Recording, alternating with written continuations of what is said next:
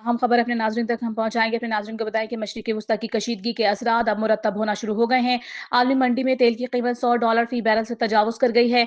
मशरिक़ वुस्ता में ईरान, अमरीका और इज़राइल के दरमियान बढ़ती हुई फ़ौजी कशीदगी के बाइस आलमी मंडी में ख़ाम तेल की कीमतों में अचानक बड़ा इज़ाफ़ा रिकॉर्ड किया गया है। साथ ही अपने नाज़रीन को ये भी बताएँ कि इत्तलात के मुताबिक ब्रेंट ख़ाम तेल की कीमत तकरीबन 3% इज़ाफ़े के बाद $103.29 फ़ी बैरल से तजावुज़ कर गई है, जबकि अमरीकी ख़ाम तेल WTI की कीमत में $3.71 का इजाफा हुआ है और ये तकरीबन $99 फी बैरल तक पहुंच गया है।